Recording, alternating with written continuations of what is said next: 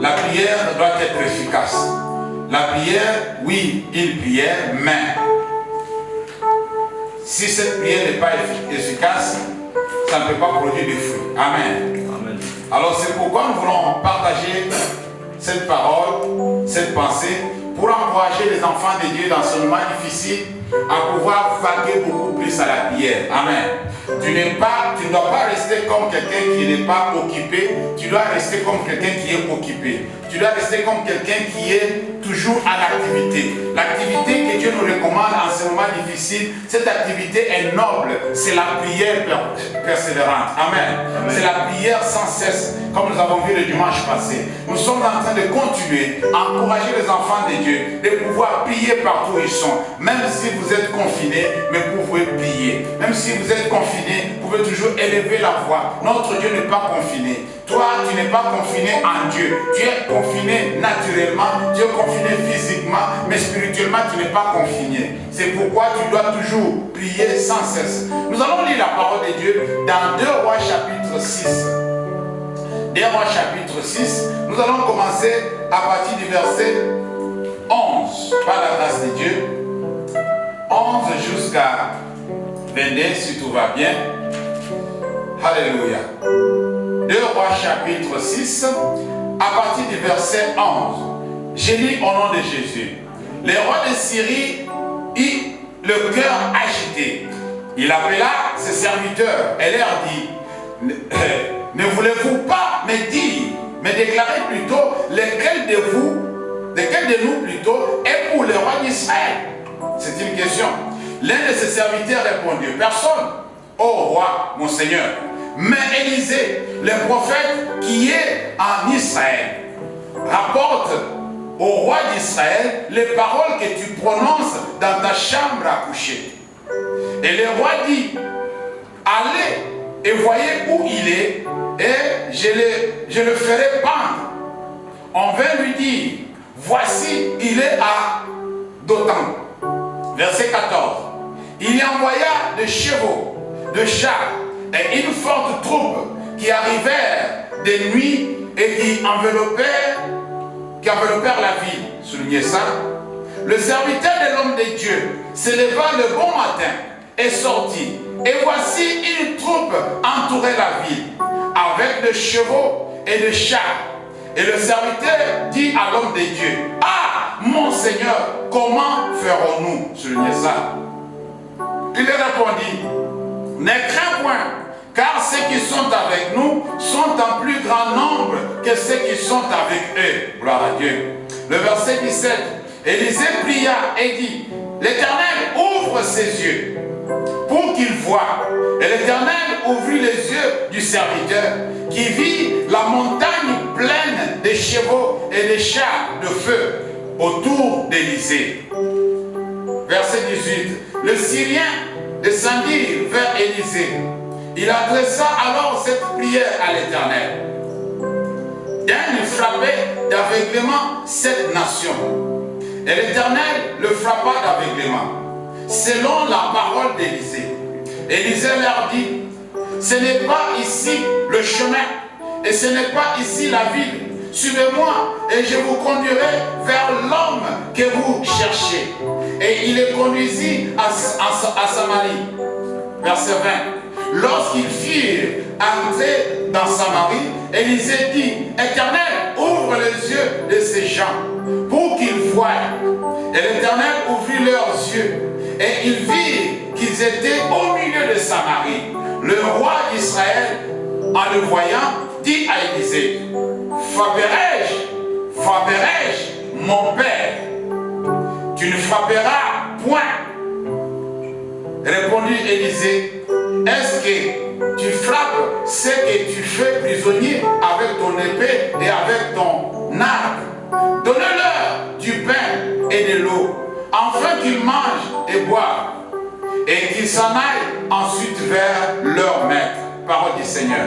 Amen. Alléluia. Amen. Nous sommes en train de parler de l'efficacité de la prière. Vous savez, l'efficacité de la prière dépend de beaucoup de paramètres dans la vie d'un enfant de Dieu.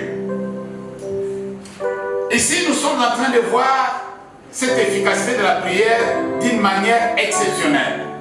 Une prière qui n'est pas faite dans le temps, dans l'espace, une prière qui a eu des réponses immédiates. C'est la prière de l'homme de Dieu. La Bible nous dit que non, il y avait une situation. Tout ce que Élisée révélait au roi d'Israël avait donné un cœur agité au roi de Syrie. Et ce roi avait décidé de pouvoir en finir avec la personne qui est l'aile de la nation, du peuple de Dieu. Avait décidé de pouvoir en finir avec la sentinelle que Dieu avait placée pour sa nation.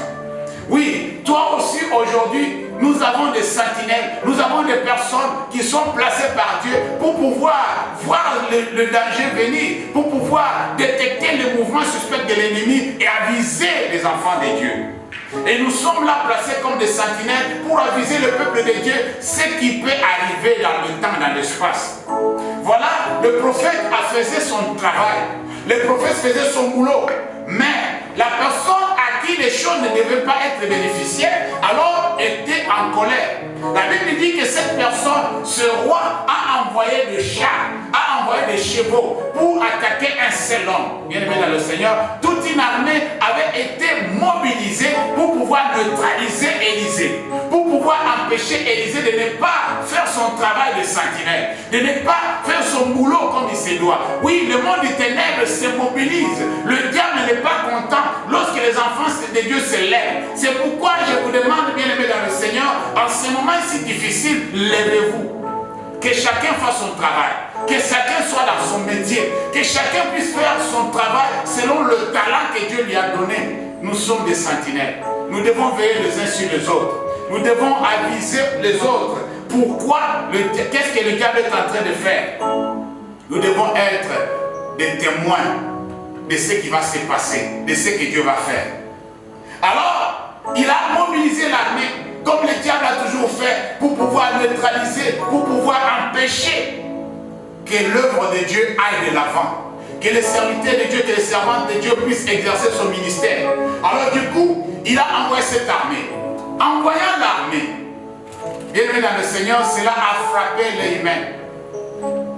Vous savez, lorsqu'une situation n'est pas sous contrôle, lorsqu'une situation est hors contrôle, comme nous sommes aujourd'hui avec cette pandémie, chacun de nous a la façon de voir les choses.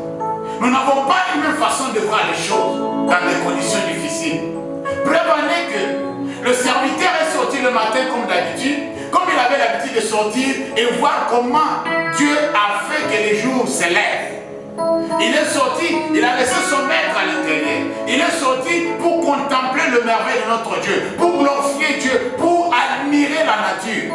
Mais à sa grande surprise, il voit que toute la colline était pleine de chevaux et de armes et de chars. C'est-à-dire toute la mobilisation du roi de Syrie était là. Ils étaient déjà sur leur garde. Ils attendaient pour pouvoir attaquer la ville. Alléluia. Ils attendaient pour attaquer la ville. Alors, cette vision, c'est la vision que nous avons pour la plupart d'entre nous aujourd'hui. C'est cette vision-là. De voir, puisque nous avons les capacités naturelles, des capacités physiques, de voir les choses, de voir les réalités des choses, naturellement. Chacun de nous est en train de voir ce qui se passe. Nous écoutons des informations, nous voyons ce qui se passe. Et dans certaines familles, nous avons des personnes frappées, nous avons des personnes qui sont déjà atteintes de cette maladie. Nous voyons des gens souffrir, nous avons compté des morts, même dans nos familles. Oui, c'est quelque chose de réel, c'est quelque chose qui se voit, quelque chose que je peux dire que voilà le preuve de la situation. La situation est hors contrôle. La situation est compliquée. Je ne sais pas ce qu'il faut faire. C'est-à-dire dans ces conditions-là, même le gouvernement du monde entier, personne ne sait sur quel pied danser. C'est la raison pour laquelle le serviteur de l'homme de Dieu a posé la question à son maître, que devons-nous faire?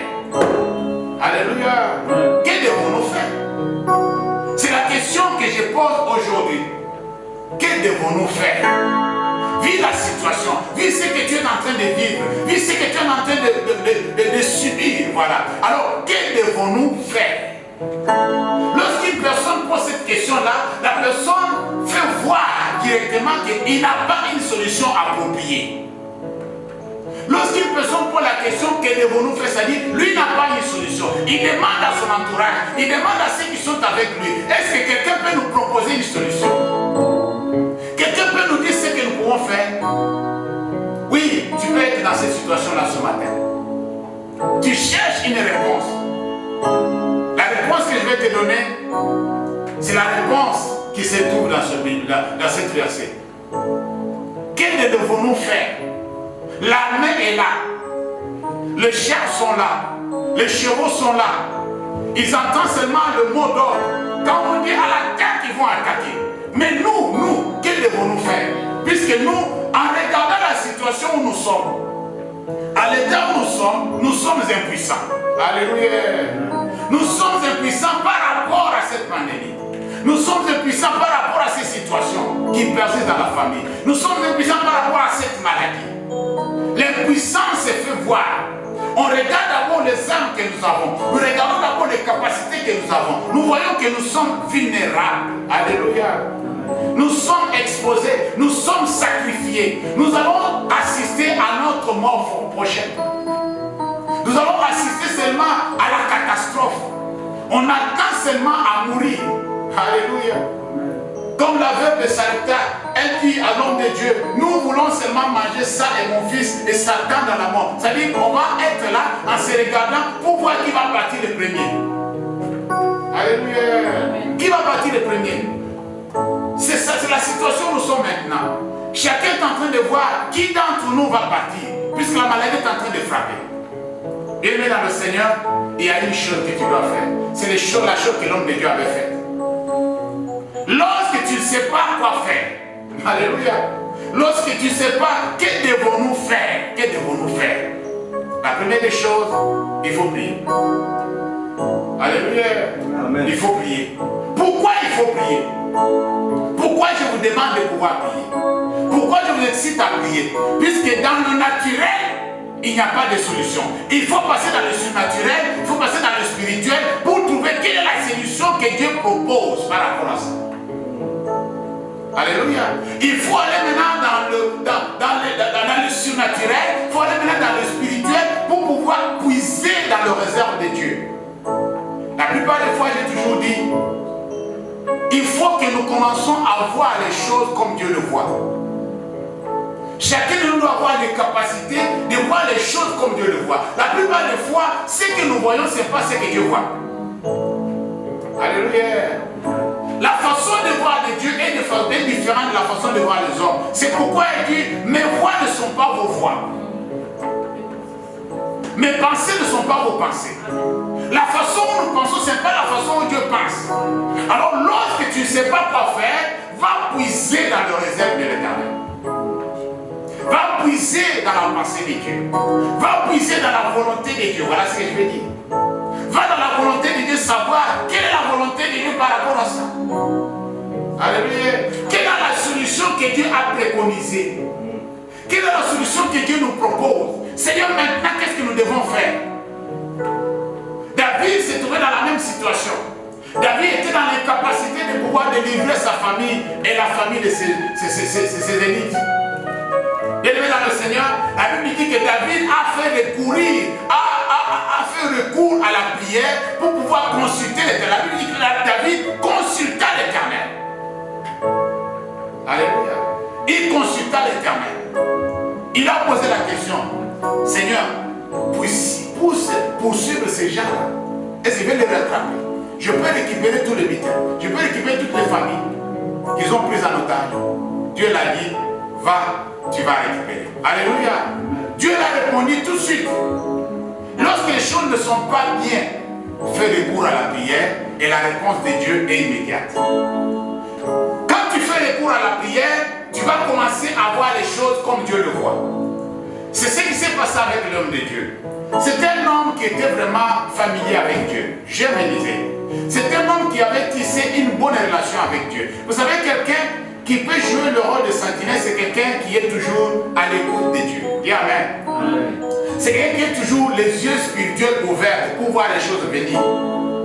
C'est quelqu'un qui est toujours en bon terme avec Dieu. Nous allons voir ça.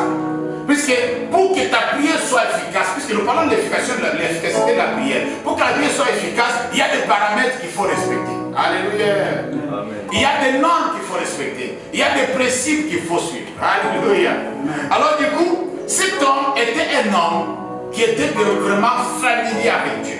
C'était un homme qui était en communion avec Dieu. C'était un homme qui connaissait bien l'Éternel. C'était un homme qui connaissait l'Éternel à tout bout de champ, comme on dit.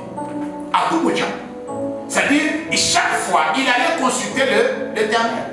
Alors, il est arrivé que, lorsque lui, en consultant l'Éternel ce matin-là, sachant que le troupe syrien était déjà dehors, l'Éternel a fait voir les choses d'une autre façon. Alléluia.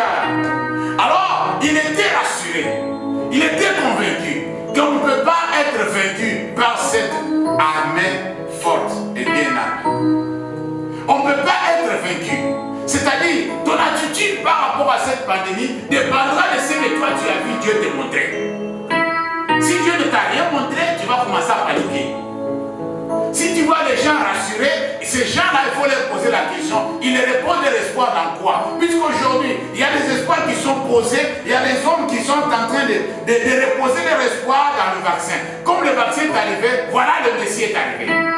Mais je vous dis bien aimé, ce n'est pas la solution. La solution, c'est trop auprès de Dieu. Le vaccin ne va pas résoudre le problème. Alléluia.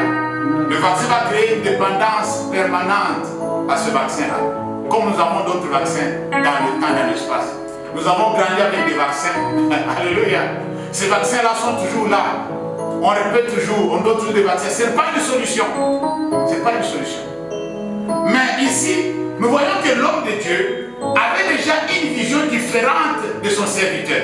Lorsque le serviteur a posé la question de savoir que devons-nous faire, l'homme de Dieu a dit, vous savez, ne crains pas. Alléluia. Amen. Lisons ce qu'il a dit. Lorsqu'il a dit au verset 15, ah, mon Seigneur, comment ferons-nous? Voilà la question. Il répondit, ne crains point, car ceux qui sont avec nous sont en plus grand nombre que ceux qui sont avec eux. Alléluia. L'homme de Dieu fait comprendre quelque chose à son serviteur. Il dit, ne crains rien, puisque ce qui te fait peur, c'est la multitude. C'est l'armée qui est en face. L'armée syrienne qui campe avec toute leur armure. Là, c'est normal, c'est impressionnant. Alléluia. Ça peut t'impressionner, ça peut t'inquiéter. C'est normal, c'est naturel. Alors, si toi tu t'inquiètes par rapport à ce que cette pandémie est en train de faire, je te dis que c'est normal, c'est naturel. Mais il y a une chose que tu dois savoir. Je suis en train de voir autre chose de ce que toi tu vois. J'ai comparé cette armée-là avec ceux qui sont avec nous. J'ai trouvé que ceux qui sont avec nous sont beaucoup plus avancés dans l'armement, dans la puissance, que ceux qui sont en face de nous. Alléluia. Nous sommes bien entourés. Nous sommes bien protégés. Personne ne peut nous faire du mal. Puisque si personne vient nous toucher, vous allez voir, ça va barrer ici. Et ceux-là ne vont pas survivre. Est-ce que vous comprenez dire? Alors du coup, je suis en train de comprendre que, invisiblement, je suis bien protégé contre cette pandémie que ce que je pouvais penser. Alléluia. Amen. Invisiblement, spirituellement, je suis bien protégé, je suis bien gardé et Dieu ne permettra pas que ce qui est en train de terrasser les autres puisse venir me terrasser aussi. Mais il y a un problème qui se passe là.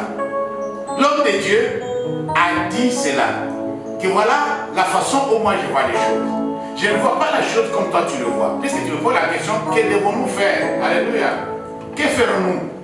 Oui, tu as raison. Mais ce que nous devons faire, c'est ce que je vais faire maintenant. Tu allais le faire déjà en avance, c'est-à-dire tu devrais prier pour que Dieu te montre ceux qui sont avec nous, combien ils sont. Mais tu ne l'as pas fait. Mais moi je vais le faire à ta place. Sachant qui est mon Dieu, sachant ce qu'il est capable de faire, je vais lui demander de t'ouvrir les yeux. Alléluia.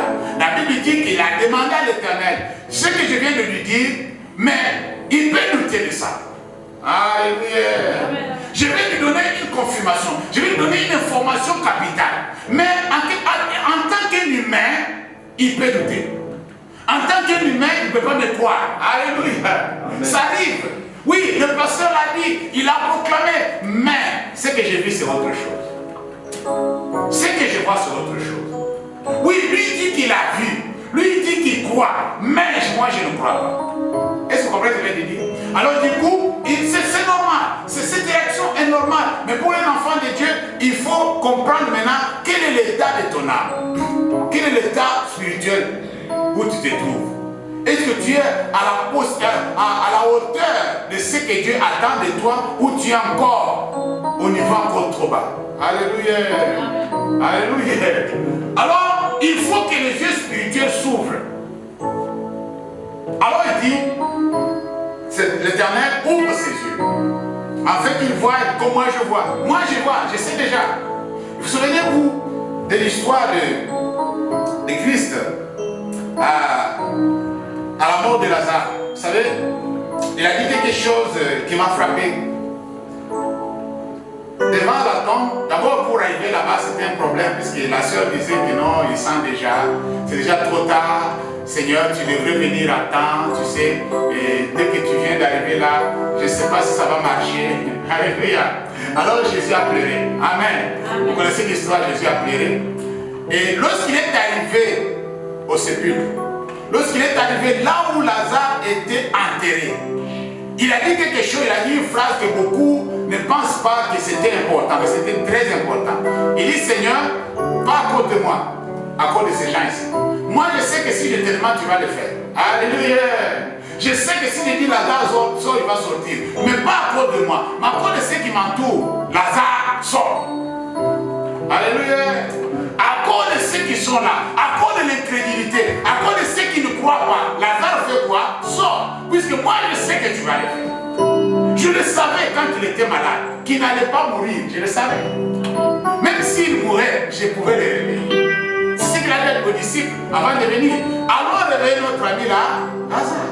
C'est-à-dire, lui, il savait déjà la suite. Il savait déjà. Pourquoi la Bible dit que non? Il connaît la fin d'une chose depuis le commencement. Depuis le commencement, il sait comment ça va finir. Depuis le commencement de cette pandémie, il sait comment cela va finir. Alléluia. Ce n'est pas le premier pandémie, ça ne sera pas le dernier. Amen. Quelque chose, chaque chose a un commencement. Alléluia. La fin est là. La fin est là pour chaque chose. Alors du coup, c'est ce qui s'est passé ici. L'homme de Dieu dit, Seigneur, ouvre les yeux de mon serviteur pour qu'il voie les choses comme moi je le vois. J'ai vu les choses comme toi tu les vois. J'ai une vision claire des choses. La vision est que moi je suis bien protégé, moi je suis bien gardé, personne ne peut me toucher. Même cette armée qu'il est en train de voir physiquement, ils ne sont pas à la hauteur de l'armée céleste. Alléluia. Amen. Alors immédiatement sa prière a été exaucée. L'efficacité de la prière. Amen. L'efficacité de la prière. Alors du coup, la Bible dit que au verset 17, Élisée pria et dit, Éternel, ouvre ses yeux pour qu'il voie. Et l'Éternel ouvrit les yeux du serviteur qui vit la montagne pleine de chevaux et de chars de feu autour d'Élisée. Alléluia. Amen, chrétien. La montagne pleine, puisque c'était, vous savez, le char que les autres avaient, c'était des chars normaux, naturels. Mais il y a une différence avec les chars qui entouraient maintenant Élisée avec son serviteur. C'était des chars de feu. Alléluia. Amen. Amen, chrétien. Quand on va ouvrir le feu, qui sera brûlé? Amen, chrétien. Quand on va ouvrir le feu, qui sera brûlé?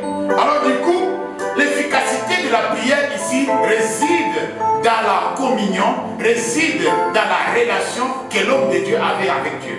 Et de la façon de voir qu'il avait de Dieu. Dieu le faisait voir les choses en avance. Dieu le faisait voir les choses comme Dieu le voyait.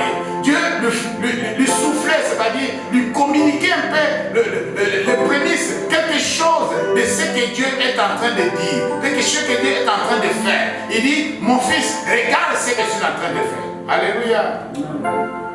Il était en même temps, en quelque sorte, il était en anticipé de ce que Dieu voulait faire. Il voyait les choses en avance. C'est pourquoi il était capable de pouvoir dire au roi d'Israël ce que le roi de Syrie pensait dans sa chambre à coucher. Alléluia. Comme étant sentinelle, il avait la possibilité, il avait des capacités de voir combien qui était avec eux et combien la puissance qui résidait dans l'armée qui était avec eux comparée à l'armée syrienne. C'est pourquoi il était tranquille. Alléluia. La tranquillité réside dans la foi que tu as en Dieu.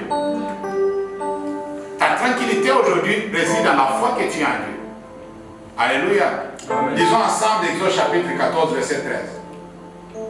Exode 14, verset 13. La Bible dit, Moïse répondit au peuple, ne crains rien, restez en place et regardez la délivrance de l'Éternel, que l'Éternel plutôt va accorder en ces jours. Car les Égyptiens que vous voyez aujourd'hui, vous ne les verrez plus jamais. Est-ce que Moïse avait trompé?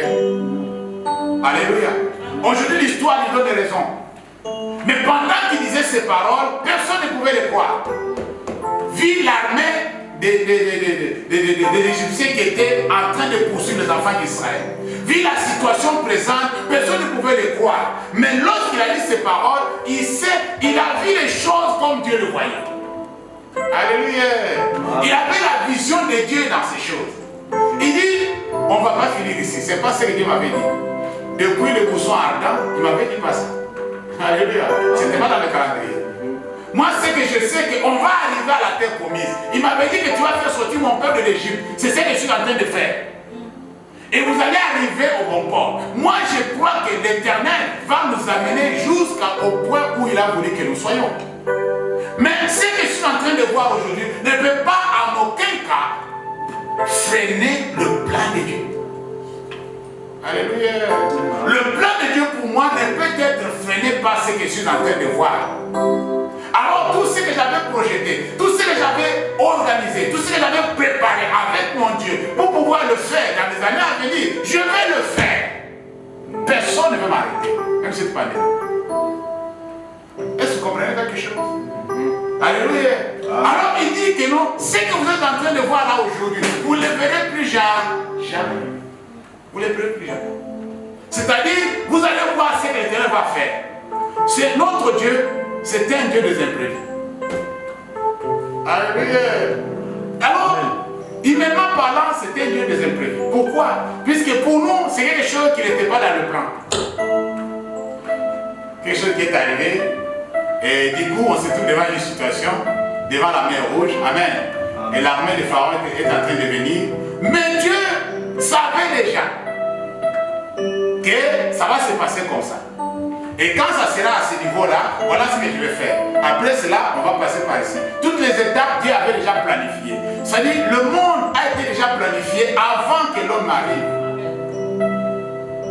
Amen. Ce sont les lois établies depuis l'éternité. Il n'y a rien qui s'est fait qui n'a jamais été fait. Imaginez-vous, les jours où Adam et Ève ont péché, Dieu a déjà prédit que le Messie viendra. Alléluia. Mais combien de siècles après pour que le Messie arrive? Calculez des siècles. Mais Dieu avait déjà planifié le plan de salut depuis le jardin d'Éden. Dieu n'est pas surpris. Mais les imprévus, c'est nous, humainement par là. Mais notre Dieu, c'est un Dieu des imprévus. Je vous dis la vérité.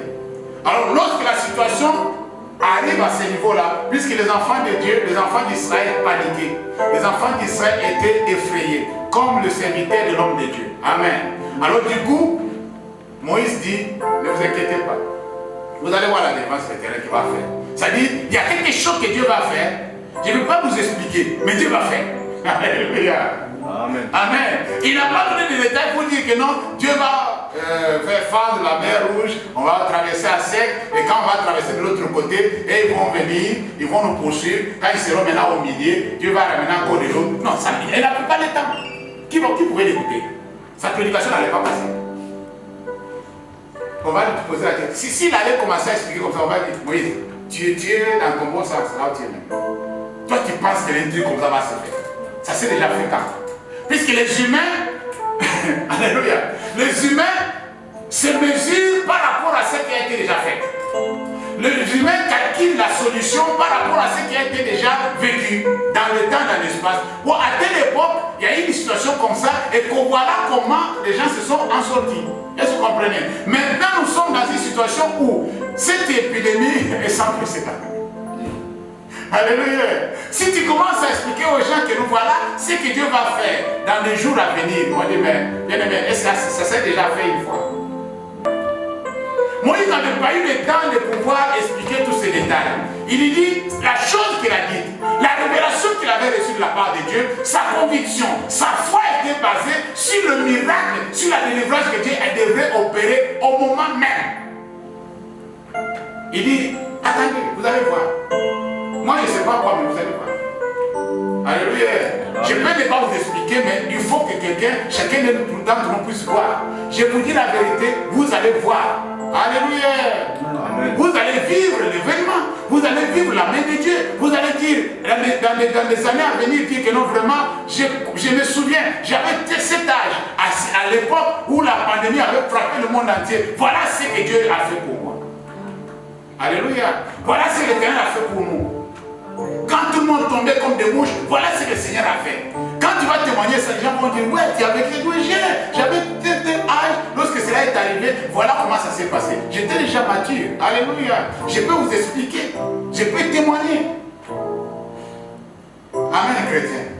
L'efficacité de la prière. Alors, si nous lisons aussi ensemble, la Bible dans le livre de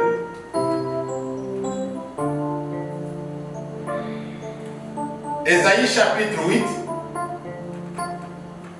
versets 12 et 13, pour compléter ce que nous sommes en train de voir. Ésaïe chapitre 8, versets 12 et 13. La Bible dit ceci: n'appelez pas conjuration tout ce que ce peuple appelle conjuration. Ne craignez pas ce qu'ils craignent plutôt. Et ne soyez pas effrayés. C'est l'Éternel des armées que vous devez sanctifier. Ça, c'est la première des choses. C'est lui que vous devez craindre et redouter. Parole du Seigneur. Amen. Alléluia. Amen. Vous savez, nous, on ne doit pas utiliser le même vocabulaire avec Dieu. Alléluia. Oui, on doit changer de vocabulaire. Un enfant de Dieu, c'est quelqu'un qui voit les choses comme Dieu le voit, comme je l'ai toujours répété. Il dit, n'appelez pas conjuration tout ce que ce peuple appelle conjuration. Ne craignez pas tout ce qu'il craint. Et ne soyez pas effrayés. Imaginez-vous, tu es ensemble avec les gens, ils tremblent. Imaginez-vous, par exemple, vous êtes sur le point de pouvoir s'écraser avec un avion. Tout le monde pleure. Et toi, tu es tranquille en train d'écouter la musique. On va te pousser, est-ce que tu es là? Alléluia. Quelqu'un vient te pousser, mais est-ce que tu es normal? Il dit oui, je suis normal. Mais qu'est-ce qui se passe? Non, rien ne se passe. Tu ne vois pas, on est tenté de périr. Alléluia. Comme les disciples. Comme les disciples. Seigneur, on est tenté de périr. Et toi, tu dors. Toi, tu te reposes. Les choses qui les effrayent ne doivent pas t'effrayer. Les choses qui appellent fatalité, tu ne dois pas appeler ça fatalité. Les choses qu'elle appelle comme étant la fin, pour toi, ce n'est pas la fin. Alléluia. Ne crains pas ce qu'ils craignent. La Bible dit, ne soyez pas effrayés ce qui les effraie. Mais tu dois faire une chose. Pour ne pas être contaminé par ce qui se passe dans la masse, pour ne pas être affecté par ce qui se passe autour de toi, tu dois faire une chose. Il faut quitter. Alléluia. La Bible dit, la chose que tu dois faire, c'est l'Éternel qu'il faut craindre. Dis Amen. Amen. C'est l'Éternel qu'il faut sanctifier. Dis Amen. Amen. C'est l'Éternel qu'il faut redouter. Amen. Pas cette pandémie. C'est l'Éternel qui est redoutable. Je vous dis la vérité. Amen. La Bible dit, il ne faut pas craindre celui qui peut tuer le corps et ne peut faire rien d'autre. C'est-à-dire, il tue le corps et s'arrête là. Comme les terroristes qu'on a vu, il est venu avec le couteau, il a éliminé quelqu'un. C'est fini pour lui. Il ne peut pas faire autre chose que ça. Est-ce que vous comprenez ce que je veux dire? C'est-à-dire, ne craignez pas celui qui peut tuer seulement le corps. Alléluia. Mais craignez plutôt celui qui peut tuer le corps et prendre l'âme et mettre dans l'enfer. Alléluia. Puisque quand le corps cède, l'âme continue à vivre. Quand le le corps abandonne, abandonne le reste, alors le reste continue. Amen, chrétien. Mais, quel sera maintenant le destin de ton âme? Quelle sera maintenant la place pour ton âme? C'est ça le problème. Ne craignez pas celui qui peut tuer le corps, ne peut rien faire d'autre. Alléluia. L'homme n'est pas composé seulement du corps. Le virus attaque le corps, mais pas l'âme, pas l'esprit. Mais l'homme est tripartite. L'homme, c'est un esprit qui habite dans un corps qui possède une âme. Alléluia. Amen. Amen, chrétien. Alors, c'est une partie de nous qui est attaquée. Et cette partie de nous prend sa force, ses capacités de résistance dans d'autres parties que nous avons, l'âme et l'esprit. Alors, si nous laissons les deux là être affaiblis, le corps va partir. Je vais vous dire la vérité. Le corps va céder. Le corps ne va pas tenir fort. Il va céder d'un moment à l'autre. Tu vas céder à la panique, tu vas céder à la crainte, tu vas commencer à appeler tous les vocabulaires que le monde appelle, tu vas commencer à appeler ça. Amen. Tu vas voir la fatalité de l'affaire. Mais faites attention, ce n'est pas ça, c'est que notre Dieu nous invite à faire. Amen. Amen. Alléluia. Amen. La Bible dit que l'homme de Dieu, au verset 17, nous revenons, il a demandé que Dieu ouvre les yeux de son serviteur.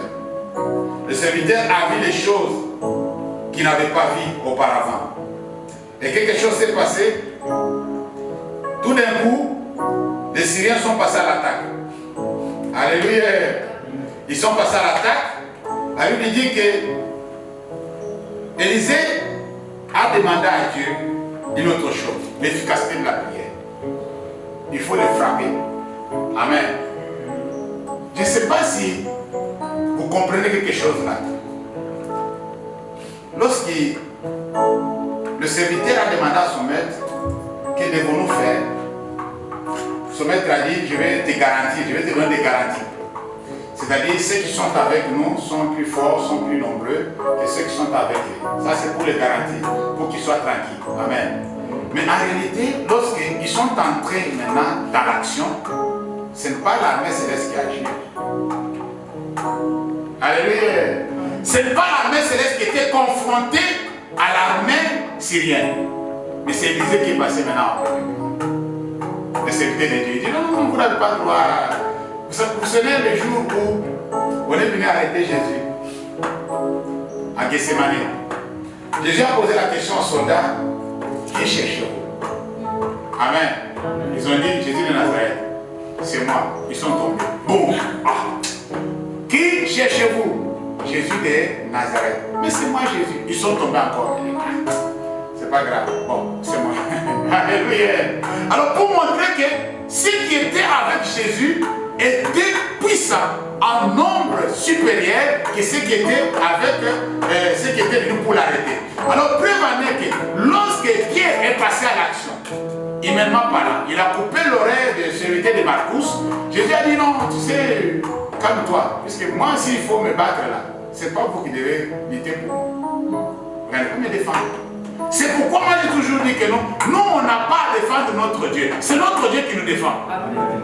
Alléluia. Amen. Je ne peux pas aller dire à quelqu'un tu insultes mon Dieu, tu fais ça mon Dieu. Non, c'est mon Dieu qui va dire à quelqu'un ferme ta bouche pour mon serviteur. Ne dis pas ça mon serviteur, ne touche pas à mon ouais, ne fais pas du mal à mon prophète. Voilà la différence entre eux et nous. C'est ça la différence. C'est Dieu qui nous défend. C'est Dieu qui combat pour nous. C'est Dieu qui va fermer la bouche de nos adversaires. Ce n'est pas à nous de dire aux gens, fermez la bouche contre notre Dieu. Non, notre Dieu est tellement puissant. Tout ça. Alors, prévenez que lorsque Pierre est passé à l'action, Jésus a dit non, non, non. S'il faut qu'on se batte là, moi je vais faire la peine. Et si je fais la peine, c'est la terre qui sera désolé. Puisque si l'armée de Dieu descend ici pour me défendre, vous tous là, vous allez passer. Alors je ne vais pas faire appel. Alléluia. Je ne vais pas faire appel. C'est ce qu'Élisée a fait. Élisée a dit non, non, non, non, l'armée céleste. Soyez tranquille, tranquillisez-vous. Je vais passer à des méthodes simples. Amen. Seigneur, est-ce que tu peux m'aider à pouvoir fermer les yeux? Oui, mon fils. Je vais les fermer les yeux. Oh, d'accord. Alors, il a dit que non, ils étaient frappés tous l'aveuglement. Amen. L'armée céleste, attendez. pour faire voir la guérison que non, on est bien équipé. Personne ne veut nous toucher. Sois tranquille, petit. Alléluia. Du coup, il dit voilà, vous allez me suivre. Vous allez me suivre, je vais vous aider. Je vais vous amener là où se trouve l'homme que vous cherchez. C'est pas ici. Il dit ouais, c'est où? Viens. Il a ramené tout l'armée. Imaginez-vous, avec des chars, avec des chevaux, toute cette armée syrienne, en train de suivre un homme à pied, les amener à quelque part. Pendant une longue période, alors ils se sont retrouvés quelque part en Samarie, en pleine ville. Et les gens voyaient, je vais un peu imaginer le spectacle.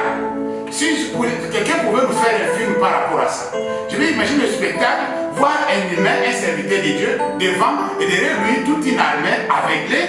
Il les a menés au milieu de la foule, au milieu de la nation, au milieu de la ville. Il va jusqu'à Jordan. Il s'arrête avec tout le monde. Alléluia. Tout le monde regardait. Qu'est-ce qu'il fait avec eux? Il les a aveuglés. Allez. Jusqu'à Jordan, en pleine ville, on s'arrête là. Il a traversé toute la ville jusqu'en pleine, au milieu de la ville, jusqu'à la place principale. Alors du coup, au milieu de Samarie, il demande à Dieu l'efficacité de la prière. Alléluia. Seigneur, tu peux nous ouvrir les yeux maintenant. Ils puissent voir là où nous sommes. Amen, chrétien. Ils se sont retrouvés là où ils ne voulaient pas être. Alléluia. Amen. Ils n'avaient pas dans leur calendrier, dans leur agenda, le plan de pouvoir aller jusqu'au centre de Samarie. Mais ils se sont retrouvés là-bas. Aucun coup de feu. Personne n'a tiré un coup de feu. L'armée céleste, je ne sais pas s'ils sont déjà partis au ciel, je ne sais pas si c'était parti où. Ils ont laissé Élisée gérer la situation. Il a amené tout le monde là-bas. Et quand ils ont ouvert les yeux, ils se sont vus au milieu de la foule, au milieu de ce peuple-là. Et ils étaient vraiment désolés, ils étaient vraiment dépourvus, ils étaient vraiment vulnérables. Ils disaient, mais finalement là, on est fini là. Si on veut nous faire prisonniers, c'est eux qui vont décider. Si on veut les tuer, c'est eux qui vont les faire. Maintenant, c'est le roi qui posa la question à l'homme de Dieu. Qu'est-ce que je peux faire, mon Seigneur? Mon Père, je vais faire quoi avec ces gens que tu m'as amené jusqu'ici? Alléluia. Tu m'as amené ces gens jusqu'ici, qu'est-ce que je vais faire avec? Il dit non, mais ne t'inquiète pas, tu ne peux pas tuer les gens que tu veux faire prisonniers quand même. Il ne faut pas utiliser tes armes. Il faut garder ça pour les combats à venir. Ça, c'était une démonstration de la force, de la puissance de Dieu. Je voulais vous montrer que non, je ne suis pas un homme ordinaire. Alléluia. Je voulais montrer à l'humanité que je ne vois pas les choses comme vous les voyez. Je voulais montrer à la nation d'Israël que vous voyez les choses autrement, mais moi je vois les choses autrement. Je l'ai de Dieu. Je vois les choses comme Dieu le voit. C'est ça mon avantage. Alléluia. Et je peux faire des choses que vous ne pouvez pas imaginer. Il dit, donnez-lui à manger, qui mange, qui boit et qui s'en aille. Renvoyez-les chez leur maître. La Bible dit, si vous continuez, que depuis ce jour-là, l'armée syrienne n'est jamais venue encore tourmenter Israël. Ils ont eu la leçon. Ils sont revenus, ils ont dit, chef, là, si tu veux, toi, tu pars tout seul. Nous, on part. C'est que nous avons vu là-bas. Non. On a marché à pied des kilomètres, on s'est retrouvé quelque part, on ne savait pas où on allait, tous aveuglés. Non, on ne peut pas partir là-bas. L'homme là, oublie sa mission. C'est-à-dire, la mission de pouvoir éliminer l'homme de Dieu était bannie. Annulé. Amen, chrétien. Amen. Amen, chrétien. Amen. Alors la Bible dit dans Psaume 91, verset 15, il m'invoquera et je le répondrai. Je serai avec lui dans la détresse, je le délivrerai et je le glorifierai. Voilà ce que Dieu dit. Psaume 91, verset 15. Il m'invoquera. C'est pourquoi aujourd'hui nous demandons aux enfants de Dieu de pouvoir invoquer l'Éternel. Alléluia. Amen. Il m'invoquera et je lui répondrai. Je serai avec lui dans la détresse. Puisque ce n'est pas que si la détresse est là, cela ne veut pas dire que Dieu n'est pas là. C'est ça le problème que nous avons. Quand il y a la détresse, cela ne signifie pas que Dieu n'est pas là. Même dans la détresse, Dieu est là. Dis Amen. Amen. Il dit, je vais le délivrer et je vais le glorifier. Parole du Seigneur. Amen. Amen. Alléluia. Amen. La Bible dit dans Jacques chapitre 5, verset 16 jusqu'à 18, confessez donc vos péchés les uns aux autres et priez les uns pour les autres, afin que vous soyez guéris. La prière fervente du juste a une grande efficacité. On s'arrête un peu là. Alléluia. La prière fervente du juste a une grande efficacité. J'ai dit que non, dans le domaine de l'efficacité de la prière, il y a des principes qu'il faut suivre. Il y a des normes qu'il faut respecter. Alléluia. La première des choses, c'est le péché. La Bible dit que Dieu n'exauce pas un péché. La prière d'un péché, Dieu n'exauce pas. La Bible nous dit que non, ce n'est pas que l'oreille de Dieu est dure pour nous entendre, ni sa main courte pour nous atteindre. Ce sont nos péchés qui font bloc, qui font l'obstacle entre nous et Dieu. C'est-à-dire qu'il y a quelque chose qui nous empêche à pouvoir voir les choses comme Dieu le voit. Le péché.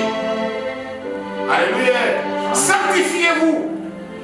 Évitez la vie des péchés. Vous allez voir les choses comme Dieu le voit. Vous avez intérêt aujourd'hui, puisque tout le monde est dans la confusion. Tu peux aussi rester dans la confusion, tu resteras dans la confusion. Tu veux sortir de la confusion, tu veux sortir de la masse, alors tu vas sortir. Comment sortir? Sanctifie-toi, cherche la face de Dieu, sois en communion avec Dieu, que ta relation soit rétablie avec ton Seigneur et tu verras les choses comme il les voit.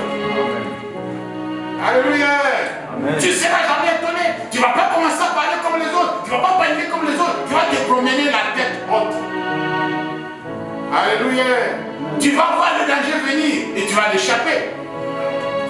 Tu vas voir les choses. Avant que les choses arrivent, tu seras déjà avisé. Dieu va te révéler sa volonté. Dieu va te révéler ses voies. Alléluia. Alors, il dit, confessez le péché. C'est le péché qui fait tout ça. C'est le péché. Alléluia. Tout ça, c'est manigancé par le péché. La vie des péchés qui nous a menés dans tout ça. Je vous dis la vérité. Évitons le péché. La Bible dit, nous devons prier les uns pour les autres. C'est ce que nous devons faire cette période. Prions les uns pour les autres. Même si toi tu as prié pour toi-même, c'est bon. Continue à prier aussi pour les autres. Dis Amen. Amen. Continue à prier pour les autres. Priez les uns pour les autres. Afin que vous soyez guéris. Qui ne veut pas être guéri de cette pandémie? Personne, tout le monde veut être guéri. Si tu vas à l'hôpital, tu poses la question. Tu veux rester ici, papa, moi, là où je suis là, j'ai besoin d'aller sortir vite, puisque ce n'est pas un endroit. Alléluia. Demandez à ceux qui ont été hospitalisés combien ils ont souffert avec les trucs d'incubation, avec les trucs d'assistance respiratoire, avec toutes ces choses-là, des traitements que les médecins sont en train de bricoler par rapport à cette pandémie. Chacun se débrouille avec des moyens de bord, puisqu'il n'y a pas de médicaments. Vous le savez tous. Comme il n'y a pas de médicaments, maintenant ceux qui sont à l'hôpital, ils sont traités comment? Posez-vous la question. On bricole sur eux. Et ça fait mal. Ce n'est pas agréable. Dis Amen. Ce n'est pas agréable. Alors personne, tous nous avons besoin d'être guéris. Priez les uns les autres pour autres, afin que vous soyez guéris.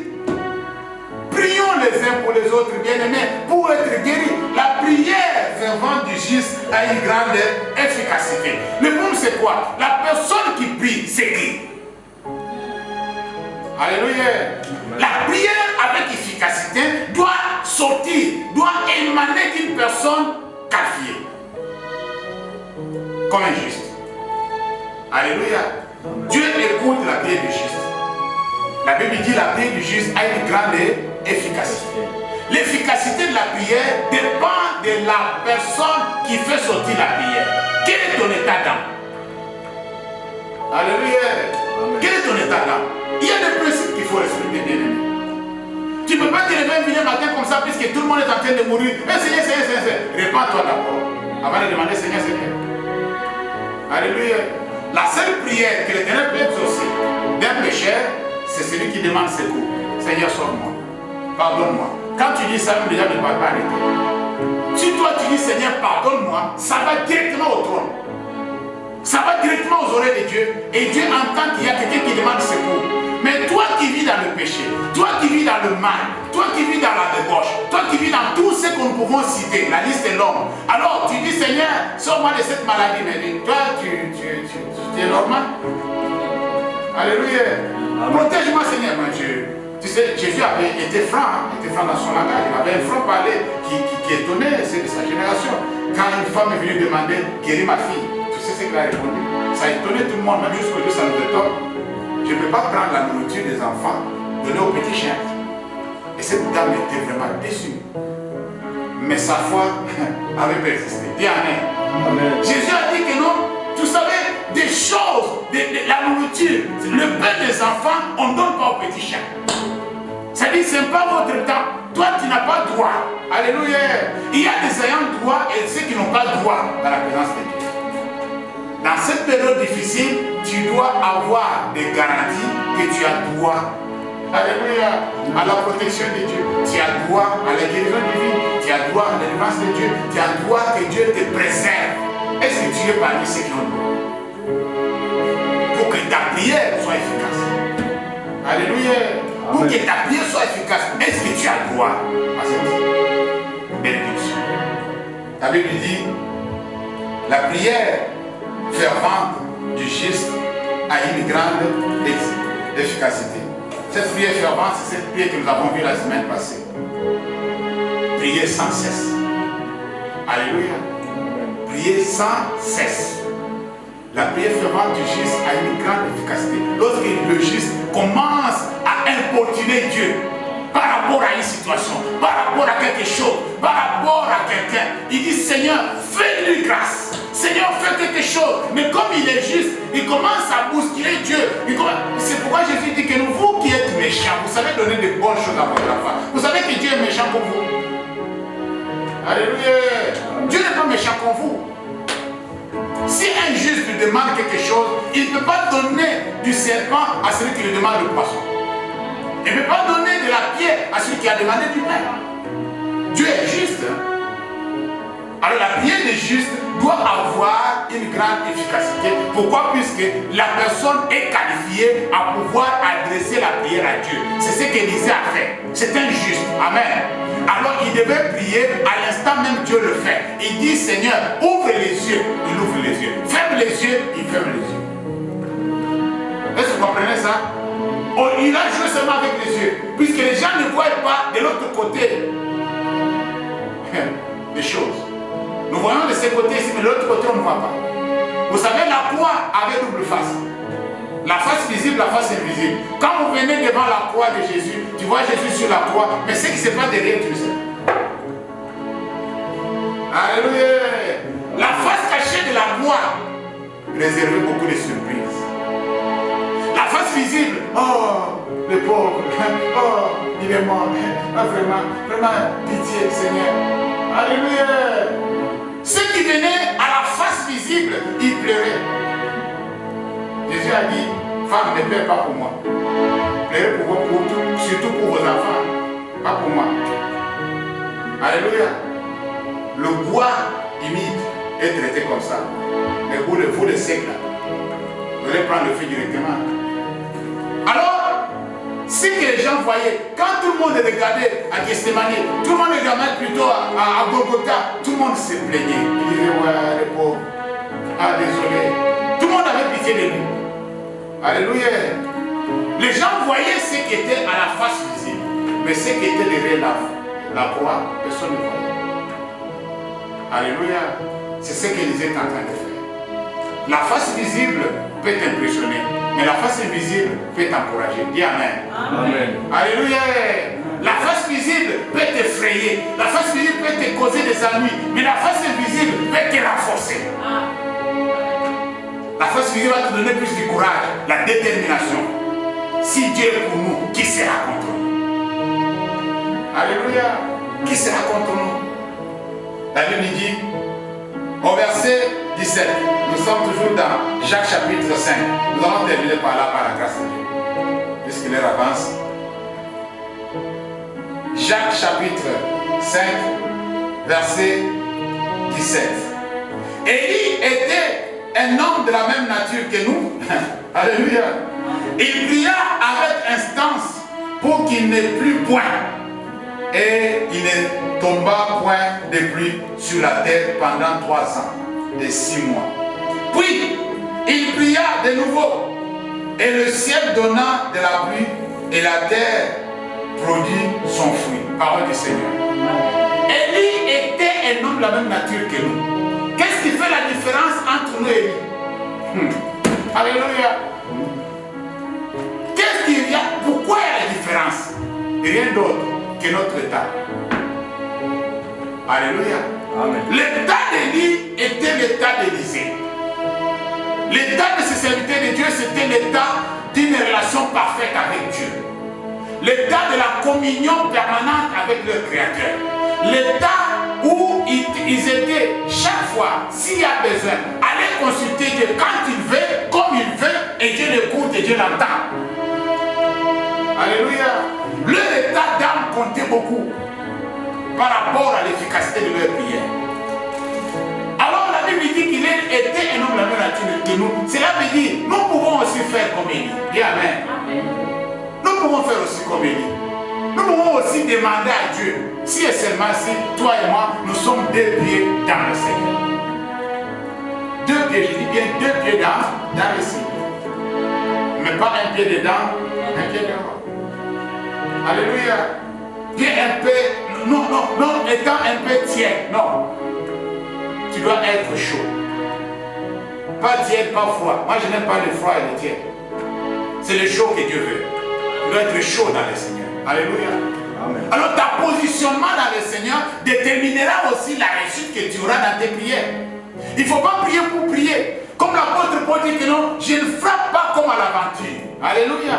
Je frappe sachant ce que je suis en train de faire. Je sais qui est mon adversaire. Je sais qui je donne de coups, de poing. Et quand je tape, je sais là où je tape. Je tape à la tête, aux poitrines, je tape à l'abdomen, je ne sais pas. Mais je sais plutôt. Et quand je suis en train de donner un coup, je sais là où je vais envoyer le coup. Alléluia. Ça dit, sois précis. Sois précis dans ta prière et sois qualifié à pouvoir le faire.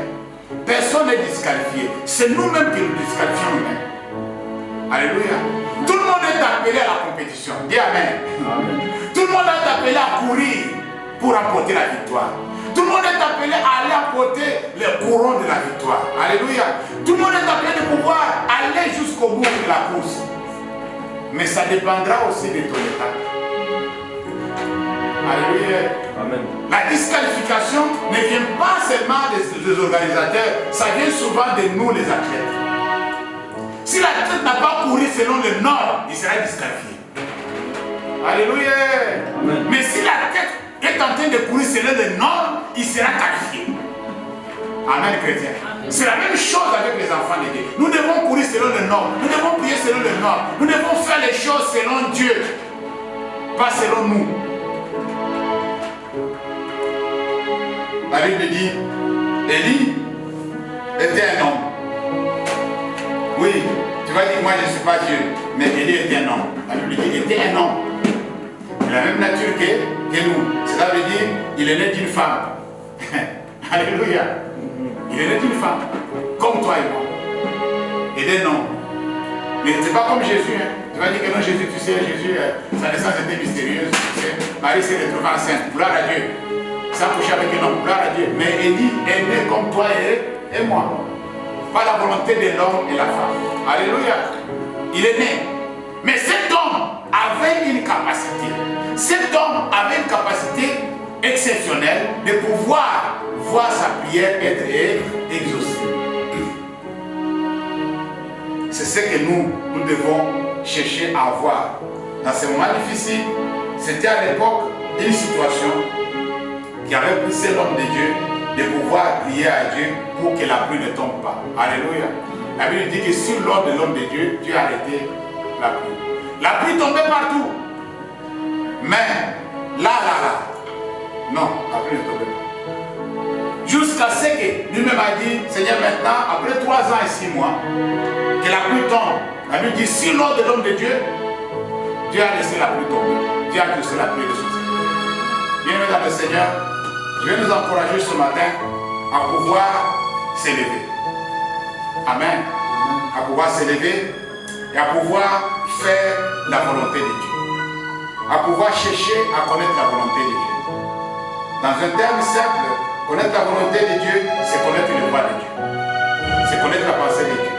C'est de voir les choses comme Dieu le voit. Quand tu vois les choses comme Dieu le voit, tu connais la volonté de Dieu. Et tu peux le faire. Alléluia. C'est pourquoi ce matin, je vais demander à chacun de nous de pouvoir prier.